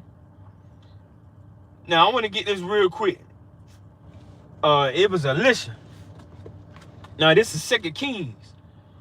It's more angels than it is so-called white people, man. It's more of us than it is of them, man. It don't matter if they come with helicopters. It don't matter if they come, with tanks. This is what you got to understand when martial law is upon the earth. Because during this time, it's going to be famines. It's going to be pestilence on the earth. It's going to be civil war. It's going to be unrest. It's going to be chaos. It's going to be sedition. It's going to be all hell breaking loose, man. Now, this is 2 Kings chapter 6. And I want to start at verse 16. And the answer, it said, Salaki. 2 Kings 6 and 16, it says, and he answered, fear not, for they that be with us are more than they that be with them. And of course, you had the Assyrians warring against the Israelites. Matter of fact, I'm going to start up real quick. I'm going to go to verse 9. Salaki, verse 8. 2 Kings 6 and 8, it says, then the king of Syria warred against Israel and took counsel with his servants, saying, in such a place shall be my camp. And who's going to be warring against the Israelites? The Edomites, man. The Ammonites. The Amalekites going to be warring against the Israelites. These nations going to be warring against the Israelites. They see us out there on the highways and byways teaching. They hear us prophesying against their society. They hear us prophesying against same-sex marriages. They hear us prophesying about the ICBM missiles. They hear us talking about they going into slavery. They see us on YouTube. So, hey, you best believe they're going to be coming after us too. We're going to be the main ones that they target. Stop being so simple and thinking that they only just taking out their own people, man. These are small little tests. That so-called white man that got killed, that was a test. They're seeing how the people gonna react. These civilians overthrowing their cities and their government, that's just a small little test, man. These elites, they put out small tests first before the real thing happens. That's all how they get down, man. They bringing in the new world order as we speak. The NWO, man. The one world government, the one world currency, the one world religion. They want everybody to be on the same page. And anybody that's fighting against that, they're going to try to take them out. Why you think they got 30,000 guillotines set up, man? That Obama and Bush kind of ordered. Where them 30,000 guillotines at, man? You think they kind of just got rid of them because Bush not in office anymore? Do you think they got rid of 30,000 guillotines just because Obama not in office anymore? Just because Bush ain't in office anymore? If you thinking that, your mind is off, man. You need to stop smoking. You need to stop watching pornography. You need to stop masturbating. You need to lay back off the liquor. And you need to come back to the earth, man. Them 30,000 guillotines still out there. Why they got them 30,000 guillotines, man? They gonna chop one of our heads off. They looking for them Israelites with them fringes on, And if you afraid, hey, look. Now ain't the time to be afraid. It's time to lock in. Because the kingdom is right there. You should be able to see it by now. You tired of living paycheck to paycheck? The kingdom is right there. You tired of paying child support? The kingdom is right there. You tired of riding that beat down station wagon? The kingdom is right there. You tired of trying to figure out if you're going to have enough money to get your child some clothes. The kingdom is right there. Endure, brother. Endure, sister. You know. You tired of these women cheating on you, overthrowing you, you know, talking to you any kind of way? That ain't going to be going on in the kingdom. You know. You tired of getting pulled over by these white state troopers? The kingdom is right there. Hold on.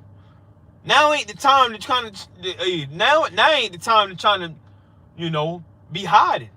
You know. You gotta hold on to being an Israelite, man. You know, it ain't no one and done. This ain't the Fab Five. This ain't Duke. You know. This ain't UCLA. You know. This ain't no, you know, what they call it, a freshman sensation. You know, we gotta endure until Yahweh shall come on the earth, man. We gotta endure till the Messiah come. We gotta keep prophesying. We gotta keep going to camp. We gotta keep doing videos. You know, now ain't the time to be giving up, man. Now ain't the time to be giving up on your woman because she burnt the cookies. You know, because she don't know how to make unleavened bread. You know, now ain't the time to be giving up on your brother because he musky. You know, because he stink. You know, he don't know how to read. You know, he always stuttering. You know, he always asking for $20. Now ain't look. These nations about to come after us, man. All hell about to break loose. Martial law is coming. Jacob trouble is on the way. It's time to lock in and to be linked in with one another, man. Come together. Gather yourselves together, that I may tell you what shall befall you in these last days, man. Now is the time to lock in, Israel. You know. So 2 Kings chapter 6 and verse 9, it says, and the man of Most High God sent unto the king of Israel, saying, beware that thou pass not such a place, for thither the Syrians are come down. And the king of Israel sent to the place which the man of God Most High told him and warned him of, and saved himself there, not once nor twice. You know. Therefore the heart of the king of Syria was sore trouble for this thing, and he called his servants and said unto them, will ye not shew me which of us is for the king of Israel? And one of his servants said, none, my lord, O king, but Elisha, the prophet that is in Israel, telleth the king of Israel the words that thou speakest in thy bedchamber. You see that? And so, hey, this how it's gonna be in the last days. So I want to go down to verse 16, like I said. 2 Kings 6 and 16, it says, and he answered, fear not, for they that be with us are more than they that be with them. And Elisha prayed and said, Lord, I pray thee, open his eyes, that he may see. And the Lord opened his eyes of the young man, and he saw, and behold, the mountain was full of horses and chariots of fire round about Elisha. And so, hey, that's what we got to hope for, that the Lord bring his angels, his army, to protect us when we need it the most. You know, hey, just go back and read Acts, the 6th and 7th chapter. See what happened to Stephen, you know, when he got stoned. You know, I'm led to believe, hey, if one of us get martyred, you know, if one of us get persecuted, you know, try to if they try to shoot us in the head or do whatever, hey, the Lord may not allow us to feel it. You know. Now I want to get 2 Maccabees real quick. You know, because the angels can fight for you. So it don't matter what the military, the National Guard, the Marine Corps, it don't matter what they try to allow them to do.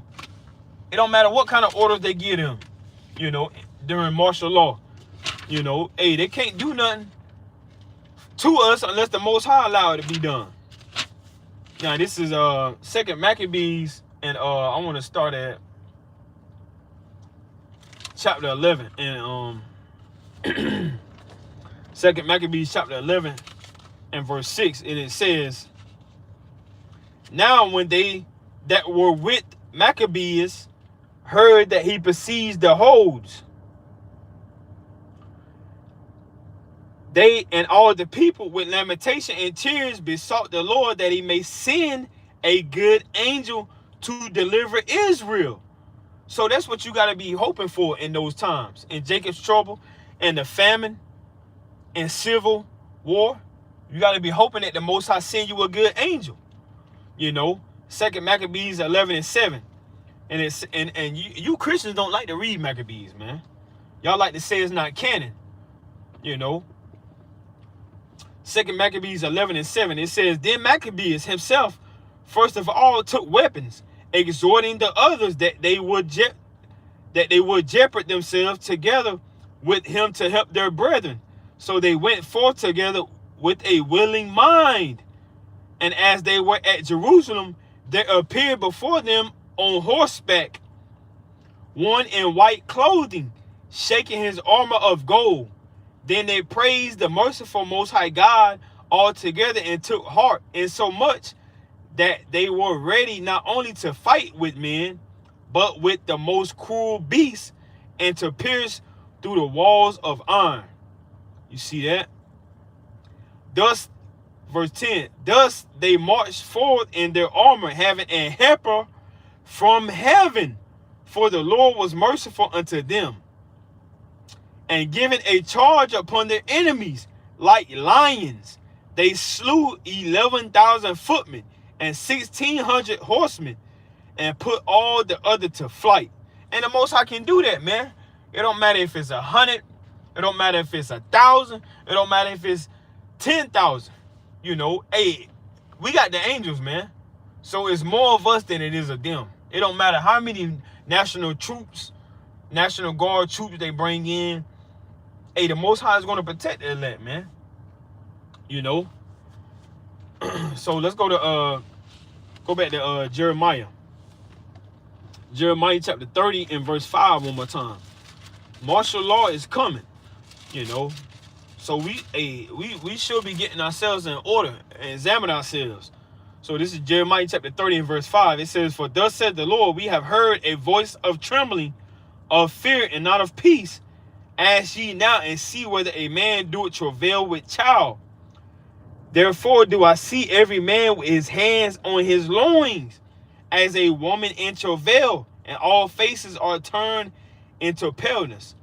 And this is a trembling, because this is something that hasn't been on the earth ever. You know, this is a trouble that isn't like the transatlantic slave trade, the Silk Road slave trade, you know, sub-Saharan slave trade. You know, this isn't, you know, losing your job. This isn't when your woman cheated on you and you caught her. This is worse than anything you can ever have happen to you. This is worse than anything that ever happened ever on the face of the earth. You know, which martial law is all linked in with Jacob's trouble, famine, persecution, sedition, you know. Because it's a time where, hey, these Edomites know their time is almost up, you know. And before their rulership is done with, they're going to try their best to overthrow as many so-called blacks, Hispanics, and Native Americans as possible, man. You know, so Jeremiah chapter 30 and verse 7, it says, alas, for that day is great, so that none is like it. It is even the time of Jacob's trouble, but he shall be saved out of it. And that's also stated in Daniel 12 and 1, where Michael, he got to stand up, because there's going to be a time of trouble so bad that he going to have to stand up on the behalf of the elect, behalf of Yasharala, the so-called blacks, Hispanics, and Native Americans, you know, and the elect is going to be saved out of it, you know. So I want to go to, man, you know, let's go to second Esdras. Second Esdras chapter 6. It's the book of Second Esdras chapter 6, and I want to start at verse 22. So like I'm gonna start at verse 23. Second Esdras chapter 6 and verse 23, and it reads, it says, and the trumpet shall give a sound. Now, what's the purpose of a trumpet? It's to warn you, you know, to make an awareness of what's coming into the city, you know, Like when you read in Ezekiel, you know, as well as Numbers the 10th chapter, you know, when we was assembling together, we would blow the trumpet. You know, when you read Numbers chapter 10 and verse 10, it will make an awareness of, you know, what was coming into the city as far as danger, or if it's a time period of gathering together for an assembly of things to be put on notice, you know. So that's what the trumpet purpose of the trumpet was for. And on a prophetic level, you know, especially when you read the book of Revelation, you know, it's going to be a trumpet being blown as far as the Most High allow his prophecies to be played out, judgment to be on the earth, destruction to be on the earth, you know, these seals being played out and things like that. So 2nd Ezra chapter 6 and verse 23, it says, and the trumpet shall give a sound, which when every man hear it, they shall be suddenly afraid. You see that? So a lot of people going to be afraid in these last days, you know. But it's a difference from being fearful according to the flesh and then being fearful according to the spirit. It's a totally difference. You don't want to be caught out there, like it says in Revelation 16 and 15, you know, you ain't got your garment clean, and then you just weeping and gnashing of teeth, you know, because the Most High gonna cut you down. So I want to get I want to get Amos, because the Most High says, shall a trumpet be blown in the city and the people be not afraid. So this is Amos chapter 3. And I'm going to start at verse 6.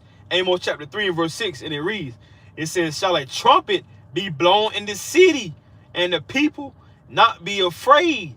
Shall there be evil in the city and the Lord Yahweh had not done it? So the Most High, he's in control of everything, you know. Hey, the Most High could have prevented us from going into slavery. You know, the Most High could have prevented us, you know, from being overthrown by Pharaoh. You know, the Most High could have stopped a lot of things. Verse 7, Amos chapter 3 verse 7, it says, surely the Lord, Yahweh Shah Most High God, would do nothing, but he revealed his secret unto his servants, the prophets. So the Most High, he allowed us to have prophets. He allows us to have the apostles, you know, for the edifying of the church, man. You know, when you read Ephesians 4 and 11, and he gave us pastors, he gave us, you know, teachers, he gave us all these things, you know, so we can be well aware of what's going on and how he's maneuvering on the earth. You know, he gave you the moon so you can see what's going on, blood moon so you can understand judgment is coming on the earth. So this is how the Most High get down. Let me get Zephaniah real quick. This is Zephaniah.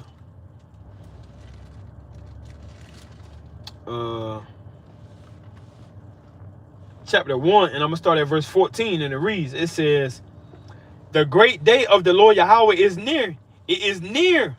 So best believe, hey, every time you lay down and go to sleep, you know, you should prepare your mind that when you wake up, you don't know what's going to happen. You don't know what the day going to be like.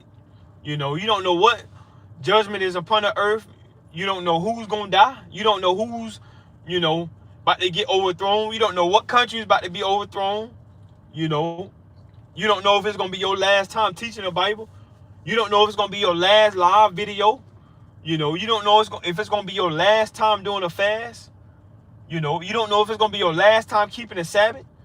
That's why we should be also praying that the Lord, you know, like it says in Matthew, pray that your flight be not in the wintertime, nor on the Sabbath day.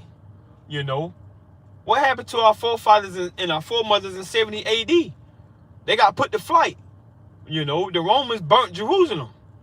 You know, so we had to flee into West Coast. You know, we had to flee into the West Coast. 70 AD. A lot of things happened back then. So Zephaniah 1 and 14, it says, the great day of the Lord is near. It is near and hasted greatly, even the voice of the day of the Lord. The mighty man shall cry there bitterly. That day is a day of wrath, a day of trouble and distress, a day of wasteness and desolation, a day of darkness. So martial law is a day of darkness. You know, hey, it's already going down in DC and already going down in Chicago. You know, they trying to so-called Donald Trump trying to so-called clean up Chicago too. You know, a day of darkness, a gloominess, a day of clouds and thick darkness, a day of the trumpet and alarm against the fenced cities and against the high towers. You see that? And that's why Israelites are constantly teaching prophecy, constantly warning you to get your house in order, because all hell is going to break loose soon, man. You know, like it says in Ephesians. Let me get that in Ephesians real quick. Let's get Ephesians real quick. Go to the book of Ephesians. Ephesians chapter 5, and I'm going to start at verse 15, and it reads, it says, see then that ye walk circumspectly, not as fools, but as wise. So don't be seeing all hell breaking loose and you constantly walking as a fool, man. You know, still into Kemet, still into Islam, still into idolatry, still giving it to all of these idols. You be a fool to not be aware of what's going on in these last days, to not really see the Most High judging the earth, you know, to not really see that your resources is slimming down, man. Grocery stores are getting empty, you know, gas prices, you know, you can barely afford things in this society. You be a fool, man. You know, you better keep watching these YouTube videos. You better keep following these camps, because we the one trying to help you out here, man. Here we are risking our lives to make sure you crazy tail Negroes get yourselves in order, man. Here we are, not certain if we're going to make it back home to our wives, to our children's, to our households, and you Negroes still scoffing, man.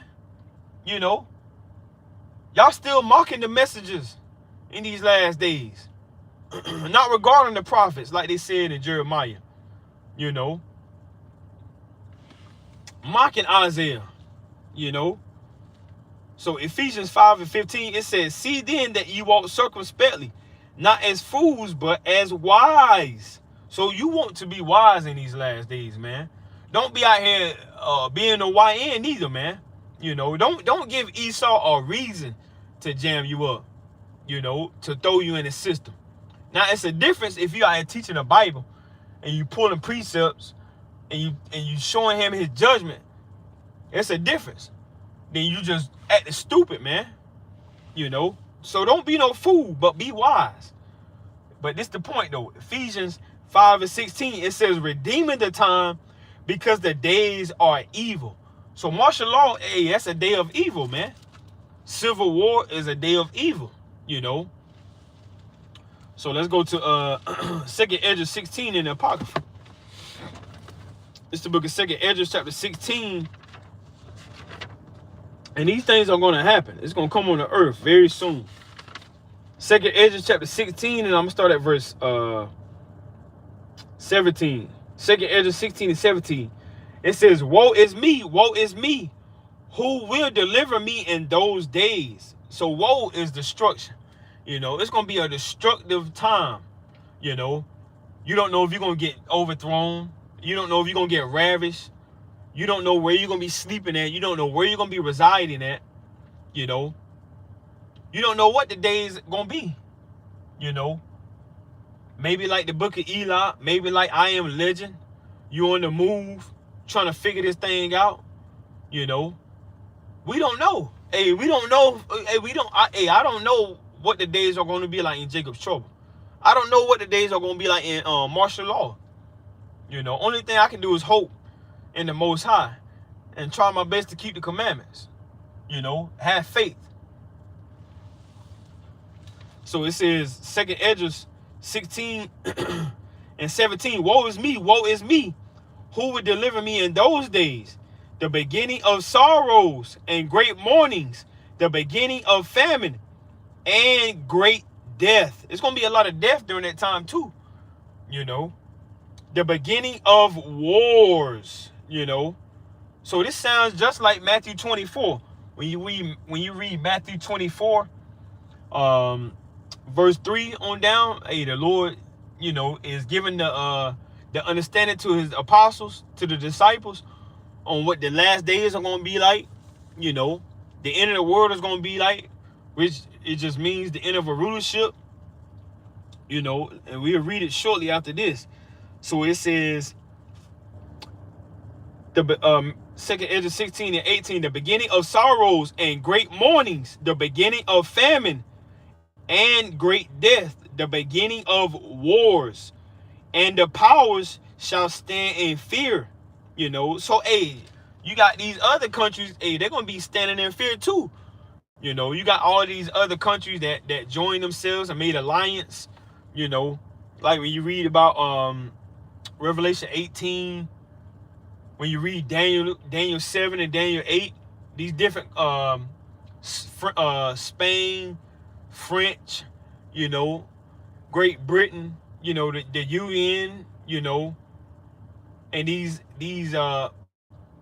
countries that made alliance, these are great powers. You know, these are other countries that, you know, will make different agreements. You know, Satan going against Satan, kingdom against kingdom. So these are great powers that will be standing in great fear. It says, the beginning of evils. What shall I do when these evils shall come? You know, behold, famine and plague, tribulation and anguish are sent as scourges for amendment. But for all these things, they shall not turn from their wickedness, nor be always mindful of the scourges. So, hey, all hell is going to be breaking loose, man. All hell is going to be breaking loose. You know? And this is a time period where the only thing we can do is, you know, hold on to what we have. Hold on to the knowledge that we have, because you may not be able to walk around with the Bible. You know, you may not be able to walk around quoting precepts, you know, getting on the nations, you know. You probably be in a FEMA camp, you know, probably be in some type of concentration camp with a black bag over your head or something. Only the Most High knows, you know. So 2 Ezra 16 to 21, it says, behold, victuals shall be so cheap upon earth that they shall think themselves to be in good case, and even then shall evils grow upon earth, sword, famine, and great confusion. Now I want to get this in Matthew, like I said, Matthew 24. So these things are coming upon the land. Matthew 24, and I'm going to start at verse 7. And it reads, it says,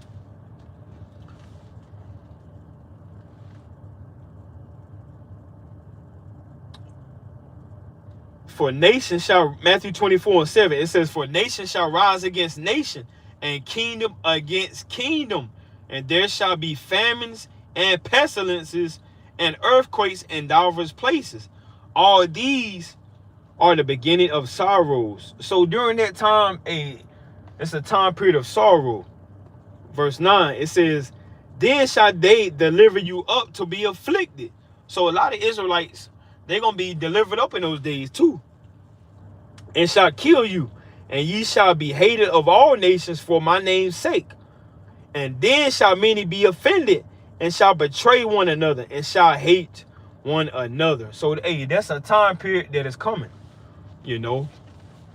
And so it speaks about all of this in 2 Ezra. So going back to 2 Ezra chapter 16, and where we left off, I'm going to go to 22. 2 Ezra 16 and 22. And it reads, it says, for many of them that dwell upon the earth shall perish of famine, and the other that escape the hunger shall the sword destroy. You see that? There go that sword again.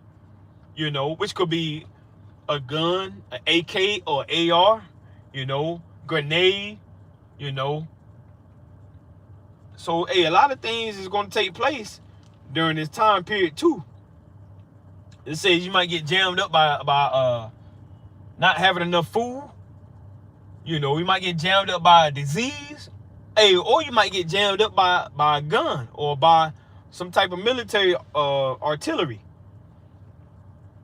So 2nd Ezra 16 and 23, and the dead shall be cast out as dung, and there shall be no man to comfort them. So ain't gonna be no Israelites telling you to, hey, hold on, brother. Hey, be strong, sister. Endure to the end. You know, hey, them days is over with then. You know. That grace and mercy, hey, it ain't out there no more. It says, for the earth shall be wasted, and the cities shall be cast down. There shall be no man left to till the earth and to sow it. The trees shall give fruit, and who shall gather them? You know, so they ain't gonna be planting no crops, man. You know, ain't gonna be no 2020 movement, man. Where during the pandemic, everybody was trying to grow their own stuff. Hey, it's gonna be all hell breaking loose. You know, at the full extent. You know. So I'm gonna get 2nd Ezra 15. 2nd Ezra chapter 15, and I'm gonna start at verse 13. 2nd Ezra 15 and 13, and it reads, it says, they that till the ground shall mourn, for their seeds shall fail through the blasting and hail, and with a fearful constellation. Woe to the world and them that dwell therein. So, hey, it's going to be a time of destruction, man.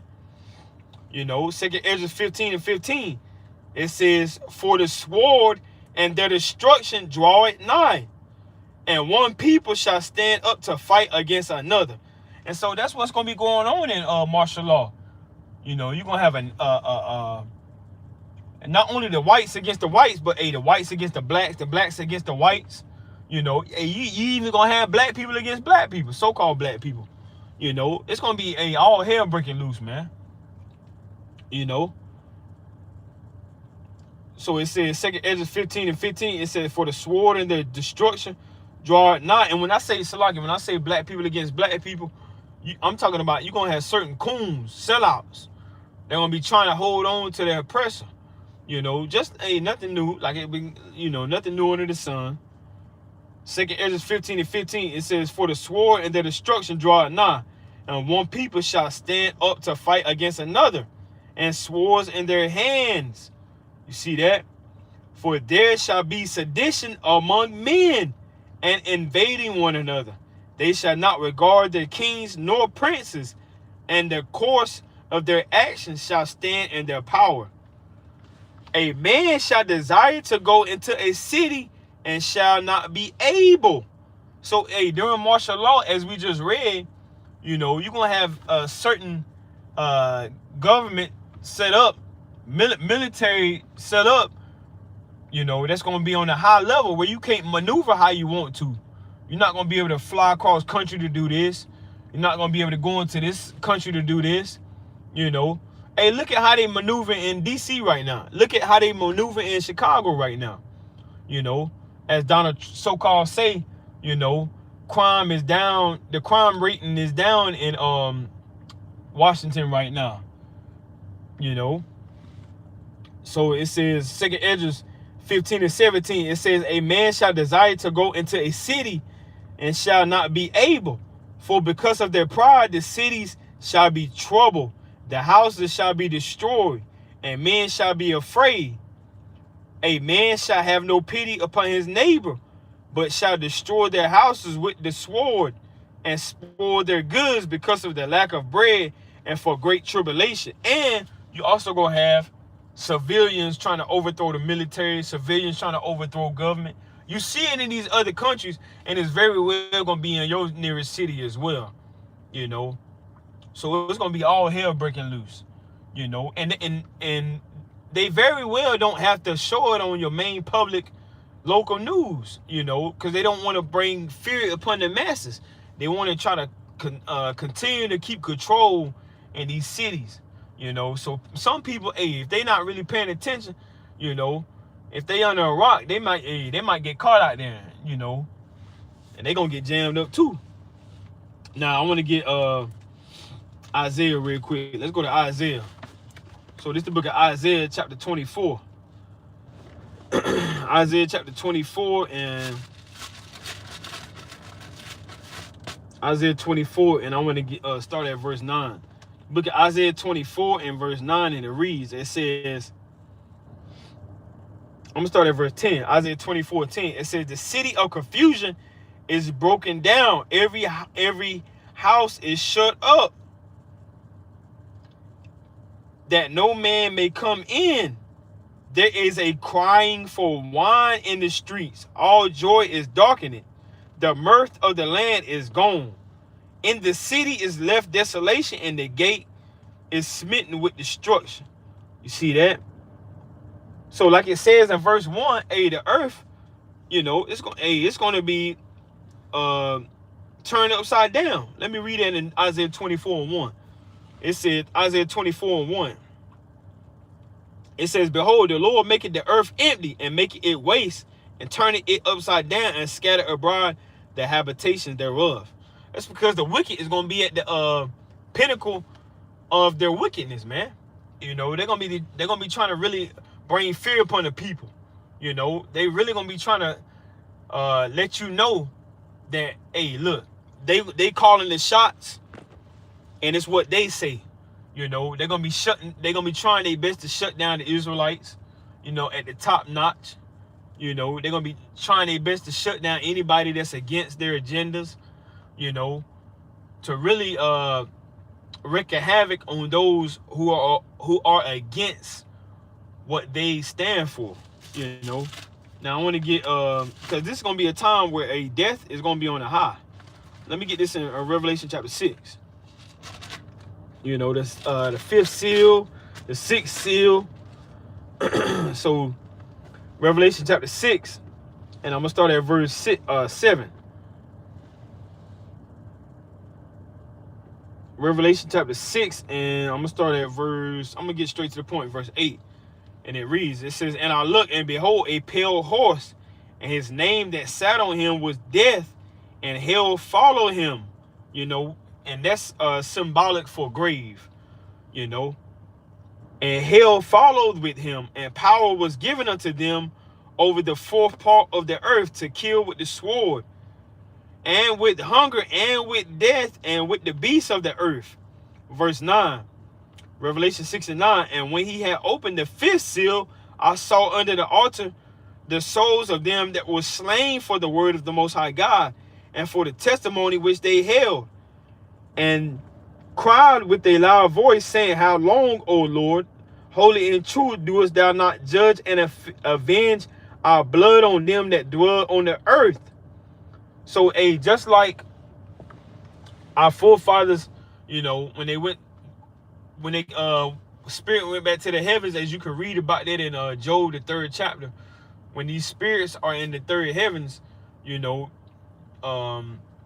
they complain, just like when Cain killed Abel, his blood cried out unto the ground. Let me get that precept real quick. And I also wanted to get that in Job. So this is the book of Genesis chapter 4, and I'm gonna start at verse 9. Genesis 4 and 9. It says, and the Lord Yahweh said unto Cain, where is Abel thy brother? And he said, I know not. Am I my brother's keeper? And he said, why hast thou slacken? And he said, what hast thou done? The voice of thy brother's blood cried unto me from the ground. You see that? So let me get another one in Job, the 3rd chapter. Job chapter 3, and I want to get straight to the point. Job chapter 3, and I'm gonna start at verse 17. Now these are the voices of the spirits that are in the heavens. Job 3 and 17, it says, there the wicked cease from troubling, and there the weary be at rest. There the prisoners rest together. They heard not the voice of the oppressor. The small and great are there, and the servant is free from his master. You see that? I also want to get another one too. Let me get this in Surah real quick. Let me get this real quick. Sirach chapter 38 and Sirach chapter 38 and Salaki. Let me get this precept. Sirach chapter 38 and Sirach chapter 38 and verse 23, and it reads, it says, when the dead is at rest, let his remembrance rest and be comforted for him when his spirit is departed from him. So, hey, when you at rest, hey, you can very well be in the heavens complaining. You could have got slaughtered by a wicked cop, you know, and very well, hey, that blood is crying out. So let's go back to Isaiah chapter 24. It's the book of Isaiah chapter 24. Got scoffers in the chat, man. Got scoffers on the comment board. Isaiah chapter 24. And we're going to start back at verse number 12. Isaiah 24 and 12. And it reads, it says, in the city is left desolation, and the gate is smitten with destruction. So like that's all I wanted on there. I wanted to get Isaiah 59. So this is the book of Isaiah chapter 59. And I believe I want 18. Isaiah 59. So like I'm gonna start at verse 19. Isaiah chapter 59 and 19, it says, so shall they fear the name of the Lord from the west, and his glory from the rising of the sun, when the enemy shall come in like a flood. So during that time, the enemy, he's gonna come in like a real flood, you know, like when you read about in Revelation chapter 17. Let me get that real quick. Revelation chapter 17, the nations come in like a flood. This is the book of Revelation chapter 17. And I'm going to start at verse 15, and it reads, it says, Revelation 17 and 15. I also thought about another precept too. Revelation 17 and 15, it says, and he said unto me, the waters which thou sawest, where the horse sitteth, are peoples and multitudes and nations and tongues. So like it says Isaiah 59 and 19, it says, so shall they fear the name of the Lord from the west, and his glory from the rising of the sun. When the enemy shall come in like a flood, the spirit of the Lord Yahweh shall lift up a standard against him. And the Redeemer shall come to Zion, and unto them that turn from transgression, and Jacob, said the Lord Yahweh. So the Most High, he's going to protect the Israelites, man, the elect in those days, you know, especially when all hell is being broken loose to the full extent.